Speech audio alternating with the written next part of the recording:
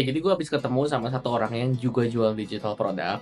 Nah, dia ini lagi di fase dimana dia mau nyerah jual digital product karena udah beli e-course dari luar sana, habis udah spending budget iklan juga, tapi kok belum profit juga gitu kan ya. Nah, dan setelah gue analisa, gue merasa bahwa digital produknya orang ini sebenarnya sedikit lagi itu bisa take off. Nah, makanya gue pengen coba ajak lu ke pemikiran gue, bagaimana caranya gue bisa membalikkan keadaan si orang ini ya. Oke, jadi kondisi pertama yang gue lihat adalah dari dashboardnya. Orangnya sudah spending sebesar 4 juta dan revenue yang dapat adalah 1,9 juta, dimana harga produknya adalah 99.000. Nah, kalau gue lihat berarti ini 4 juta, ibaratnya dia sudah minus sekitar 2.200.000. Jadi sudah minus sebesar 2 juta gitu buat jual digital product, dan ini lumayan gede sih, karena menurut gue kalau di fase awal, di fase testing, harusnya sih nggak perlu segede gini minusnya. Jadi kayak something is wrong gitu ya dengan cara bermainnya.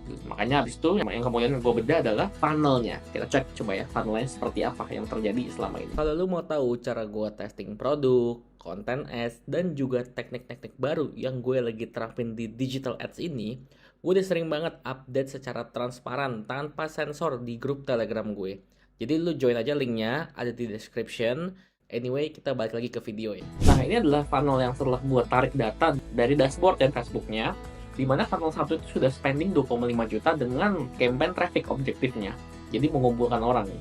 Orang itu ditaruh di mana? Setelah itu habis dari traffic dimasukin ke WA yang adalah masuk 160-an orang gitu ya. Nah, masalahnya adalah ketika orang sudah masuk ke WA, habis itu dikasih link pembayaran. Nah, ini nggak dibedain nih antara funnel 1 sama funnel 2. Ini banyak sekali business owner menurut gue yang salah kalau mau ngetes funnel tuh kayak gitu. Jadi kalau lu mau ngetes ibaratnya mana yang working gitu ya, flow 1 apa flow 2, itu dibedain purchase site-nya. Jadi lu bisa tahu nih, oh ini funnel 1 purchase sendiri. Nah, ini digabung sama funnel 2. Funnel 2 ini adalah orang-orang yang masuknya nggak ke WhatsApp tapi ke form gitu, form pembayaran. Jadi dimasukin ke add to cart dan orang-orang bisa belanja atau beli. Dan di form ini, funnel yang kedua, funnel form, sudah spending 1,4 juta. Habis itu masuk ke sales page, ke dalam landing page. Habis itu masuk ke form baru beli. Nah, yang beli ini 22 orang. Nah, kita nggak tahu nih yang beli ini memang banyakan dari mana, dari WhatsApp ataupun apakah dari si sales page yang ini. Nah, ini udah salah menurut gue. Jadi nextnya menurut gue dipisahin aja. Cuma dalam case ini kalau jualan ebook apalagi harga 99.000, menurut gue nggak usah terlalu adain Kulwa ya. Kulwa itu kuliah WA gitu kan. Jadi kayak nggak perlu diedukasi karena jadinya terlalu ribet sih, terlalu banyak gerakan gitu loh. Padahal pakai sales page aja cukup sebenarnya. Jadi nextnya gue akan saranin pakai sales page. So gue asumsikan gue akan fix the funnel itu menggunakan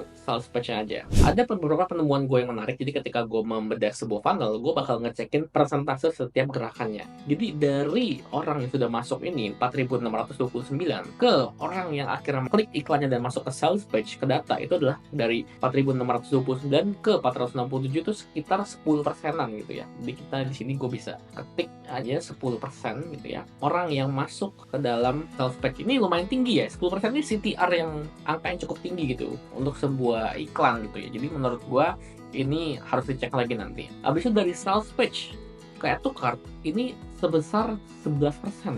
Jadi ada mereka sudah masuk halamannya, mereka ngelihat kontennya, habis itu 55 orang akhirnya convert jadi add to cart, ibaratnya initiate atau kayak oke, gue tertarik dengan apa yang lo tulisin di halaman, jadi 11%-nya tertarik. Nah, 11% ini angka yang menurut gue juga masih bisa diimprove, jadi kurang maksimal gitu ya. Nanti kita akan cek kenapa kurang maksimalnya. Habis itu dari 55 orang akhirnya ada 22 yang beli. 22 ini kan sekitar 40%-nya ya, bahkan yang nggak nyampe 50% lebih. Jadi gue tulisin di sini juga ibaratnya 40%. Nah, ini menurut gue angka yang kurang bagus juga. Jadi kalau mau closing rate sebisa mungkin di atas 60%. Ini baru oke. Kenapa gue bilang gue ada keyakinan bahwa produknya sebenarnya bisa profit? Karena ketika sudah spend 4 juta dengan funnel seperti ini yang menurut gue sangat belum maksimal, dia sudah bisa mendatangkan 1,9 juta. Nah, produk ini ada demand-nya. Dan setelah gue audit funnelnya, nah gue akan kasih tahu step by step gimana gue ngebenerinnya.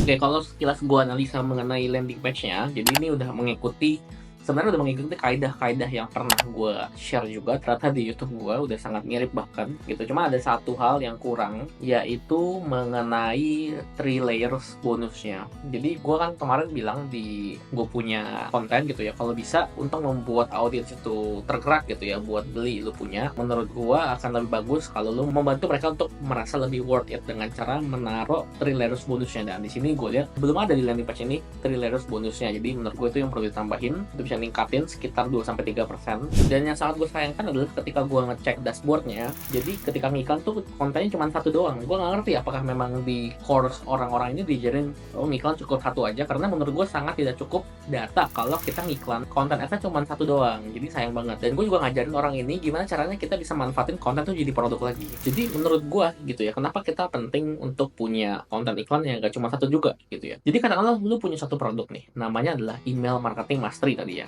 contohnya gitu. Nah, di sini lu tuh harus bisa ngebedah dulu nih. Si email marketing mastery ini materinya dibedah dulu nih. Materinya lu ambil subbab-subbabnya dan coba jadiin iklan. Contohnya ini, contohnya ya, email marketing mastery. Oke, ini untuk orang-orang yang pengen dapat duit tambahan lewat email marketing, ya kan? Jadi yang pertama adalah of course orang-orang pengen dapat duit tambahan lewat email marketing. Yang kedua adalah mungkin orang nggak pengen dapat duit tambahan tapi ingin dapat prospek atau leads yang lebih baik via email. Jadi bisa jadi ini untuk para agensi atau para orang properti atau para agent gitu ya, yang pengen dapat leads lebih baik gitu ya, karena dia coba email marketing kok nggak bagus, bisa jadi juga gitu kan ya. Nah di sini mungkin lu juga ngajarin gitu, bukan soal tambah duit ataupun pengen dapetin leads, tapi ingin jadi email marketer gitu ya, ingin menjadi email marketer handal. Jadi kan dia pengen punya skillnya gitu ya, pelajari skill di ebook ini. Ini bisa jadi juga gitu ya. Jadi kayak kalau bisa tuh kita ngebedah dulu berdasarkan segmennya gitu ya, mungkin yang ada di ebook lu juga gitu, maksudnya yang dari ebook lu ambil jadiin segmen-segmen tertentu. Nah jadiin konten ads ini semua tiga-tiganya. Kenapa ini penting? Karena setelah gue lihat, jadi yang baru dipukul sama si orang ini adalah yang ini doang nih, cuman satu nih yang baru di hit gitu ya, katakanlah sudah ada pembeliannya 10. Nah ternyata ketika lu mungkin melakukan iklan dengan angle yang berbeda seperti ini mungkin ada pembelian satu, contohnya ya, satu, ini ada pembelian 12. Oh ternyata orang-orang pengen belajar skillnya. Contohnya, dari sini, lu tahu bahwa ada demand juga mengenai orang yang ingin mempelajari skill email marketer ini. Nah, dari lu punya satu produk, akhirnya lu tajemin lagi, lu bisa jadi punya produk baru. Jadiin ini produk baru. Akan ebook email marketer handal. Jadilah email marketer handal. Jadi konten itu jangan cuman oke, gue punya konten bagus habis itu as it is udah selesai gitu ya. Tapi konten itu lu convert lagi jadi sebuah produk. Nah, itu rahasia biar kita tuh bisa winning di industri ini. Jadi lu memanfaatkan ads itu menjadi sinyal buat lu, oh ternyata market maunya arahnya ke sini, lalu bikin produk baru. Nah itu lu bisa mendominasi tuh di industri, itu lu bisa dominasi. That's why kayak saran gue yang kedua adalah bikin konten lagi yang banyak, kalau bisa segmennya dipecah-pecah biar kita bisa punya produk berikutnya yang bisa kita iklanin gitu.